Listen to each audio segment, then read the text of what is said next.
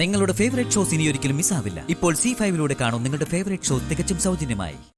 എന്നാലും ആ രാക്ഷസി താലി കെട്ടിയ ഭർത്താവിനോട് ഇത്രയും വലിയ ദ്രോഹം കാണിച്ചിട്ടാ തലയെടുത്ത് പിടിച്ച് ഞെളിഞ്ഞ് നടന്നോണ്ടിരുന്നത്. ഇതിനു പകരം അവളെ ഇഞ്ചിഞ്ചായി അരിയണം മോനെ. ഞാൻ സരോജൻ വിളിച്ച് ചൈന കോളനിലെ പെണ്ണുങ്ങളെയും കൊണ്ട് ഇപ്പൊ തന്നെ സത്യമ്മയുടെ വീട്ടിലേക്ക് തിരിക്കാം. അതിന് അവളിപ്പോ അവിടെ ഇല്ല. പിന്നെ സുസ്മിത ഇപ്പൊ പോലീസ് അറസ്റ്റില്ല. എന്തിന്? രോഹിതിനെ കാണാതായ കേസില് പോലീസ് അന്വേഷണം നടത്തുന്നുണ്ട്. അസിസ്റ്റന്റ് കമ്മീഷണർ ശ്രീരഞ്ജിനിയാ ഇൻവെസ്റ്റിഗേഷൻ ഓഫീസർ. രോഹിത്തിനെ കണ്ടെത്താൻ സാധിക്കാതെ വന്നപ്പോ സുസ്മിത രോഹിത്തിനെ കൊലപ്പെടുത്തിയെന്ന് ആരോപിച്ചിട്ട് ശ്രീരഞ്ജിനി അവൾക്കെതിരെ കോടതിയിൽ കേസ് ഫയൽ ചെയ്തിട്ടുണ്ട്. ആളെ കണ്ടുകിട്ടാതെ അങ്ങനെ കേസ് ഫയൽ ചെയ്യാനൊക്കെ പറ്റുമോ മോനെ? അത് നിയമത്തില് അങ്ങനെ ഒരു പഴുതുണ്ടെന്നാണ് ശാലിനി പറഞ്ഞത്. ഇന്ന് അവളെ ഈ കേസുമായിട്ട് ബന്ധപ്പെട്ടിട്ട് നുണപരിശോധനയ്ക്ക് ഹാജരാക്കിയിട്ടുണ്ടായിരുന്നു. അതിന്റെ ഇടയിൽ അവൾ കള്ളം കാണിക്കാൻ ശ്രമിച്ചു. പക്ഷെ അതും പോലീസ് കണ്ടുപിടിച്ചു. അതും കൂടി കൂട്ടിച്ചേർത്തിട്ടാ കോടതിയിൽ കേസ് ചാർജ് ചെയ്തിരിക്കുന്നേ. ചുരുക്കത്തില് അവളാകെ പെട്ടിരിക്കുക. രോഹിത് ജീവിച്ചിരിപ്പുണ്ടെന്ന് അവൾക്കും അവളുടെ ചിറ്റപ്പൻ ചന്ദ്രബോസിനും ഒക്കെ അറിയാം. പക്ഷെ എവിടെ പോയിന്ന് ഒരു പിടുത്തൂല്ല. ആകെ ഭ്രാന്ത് പിടിച്ചിട്ടുണ്ടാവും അവർക്ക്. നാളെ കേസ് കോടതി വിചാരണയ്ക്ക് എടുക്കും. രോഹിത്തിനെ കൊല്ലാൻ നോക്കിയതല്ലേ അവള്.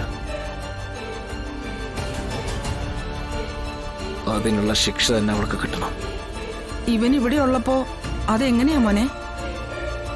അമ്മേ, കേസ് വിധിയാവുന്നവരെ രോഹിത്തിനെ മറ്റാരും കാണാതിരുന്നാൽ മതി. രോഹിത്തിനെ തിരഞ്ഞ് മനസ്സമാധാനം നഷ്ടപ്പെടണം അവൾക്കും അവളുടെ ചിറ്റപ്പനും.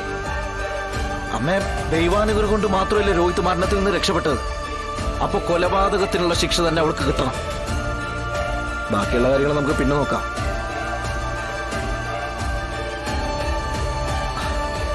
അമ്മേ, ജീവിച്ചിരിക്കുന്നവർ പലരും മരിച്ചതും മരിച്ചവർ പലരും ജീവിച്ചിരിക്കുന്ന നാടാ നമ്മുടേത്.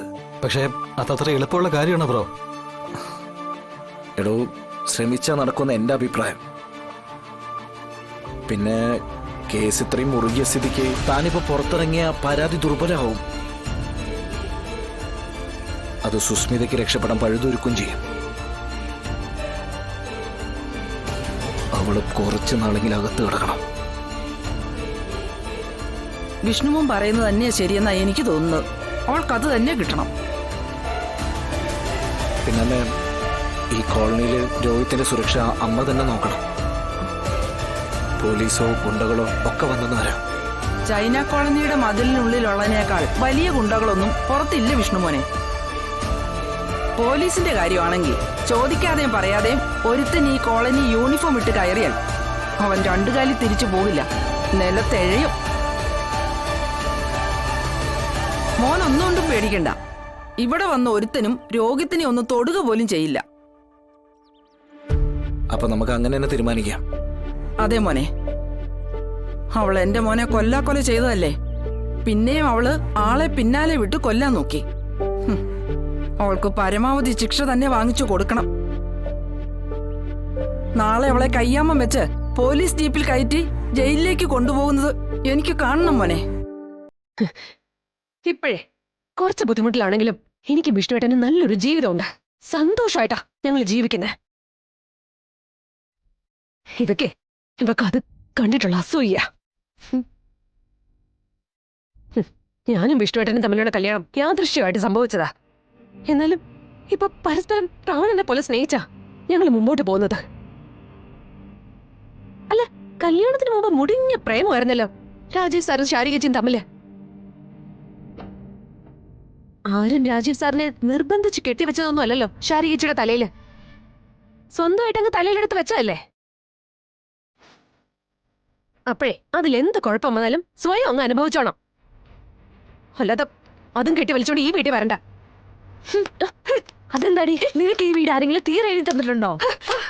ശാരികേച്ചിക്കും ആരും തീരെ എഴുതി തന്നിട്ടൊന്നുമില്ലല്ലോ ഈ വീട്. ഞങ്ങൾക്കുള്ള അതേ അവകാശം തന്നെയാ ശാരികേച്ചിക്ക് ഉള്ളത്. ആ അവകാശം ഉണ്ടല്ലോ. ആ അവകാശത്തിലാ ഞാൻ ഇവിടെ നിൽക്കുന്നത്. നാണമില്ലേ ചേച്ചി കെട്ടിച്ചു വിട്ടിട്ട് അമ്മയുടെ കഴുത്തിൽ ഇങ്ങനെ തൂങ്ങാനായിട്ട്? ശ്ശെ.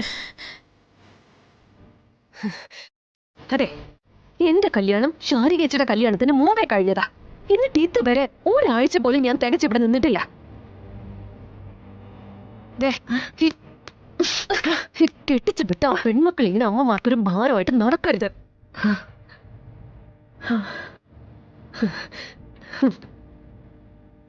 സ്ത്രീധനം ചോദിച്ചും ഷെയർ ചോദിച്ചും ഒക്കെ ചേച്ചി ഇവിടെ എന്തൊക്കെ പ്രശ്നം ഉണ്ടാക്കി.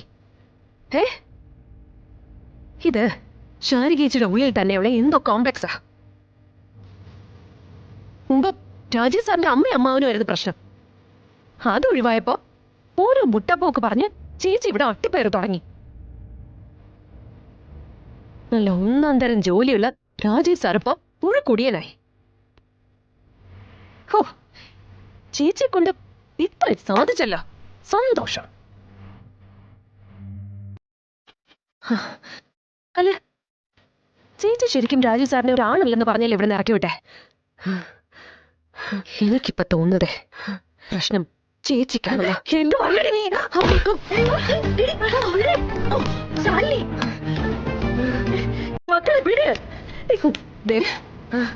എല്ലാവർക്കും നേരെയുള്ള കൈവീശലേ ശാലിനിക്ക് നേരെ വേണ്ട. രാജീവ് സാറോ ആ സാറിന്റെ പാവ അമ്മയോ അല്ല ഞാൻ. ന്യായോ ഇല്ലാത്ത കാര്യത്തിനാണ് തരുന്നെങ്കിലേ ചേച്ചിയാണെന്നൊന്നും ഞാൻ നോക്കില്ല. കൈ പിടിച്ച് ഒടിച്ചു കളയും ശാലിനി. ശാലിനി കൈ വിടടി.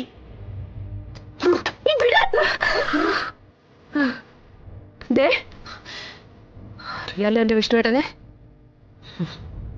അധികം കളി വേണ്ട.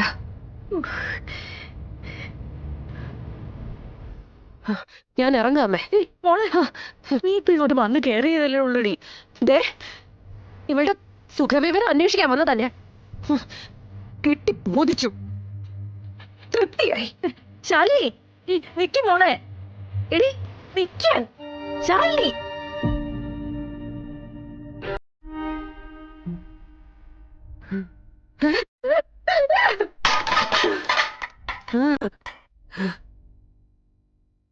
ശാലിനി അവിടെ നിക്കടി മോളെ, അവിടെ നിക്കേ. വിട് എടി ശാലിനി.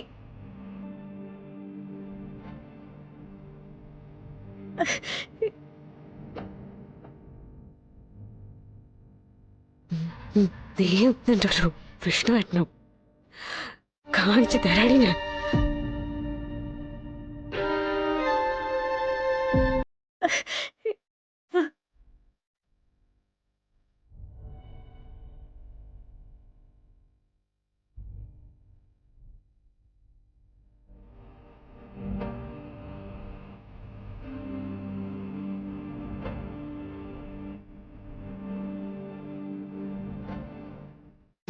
ഡൗൺലോഡ് ചെയ്യൂ C5 ആപ്പ്. കാണൂ എല്ലാ എപ്പിസോഡുകളും സൗജന്യമായി.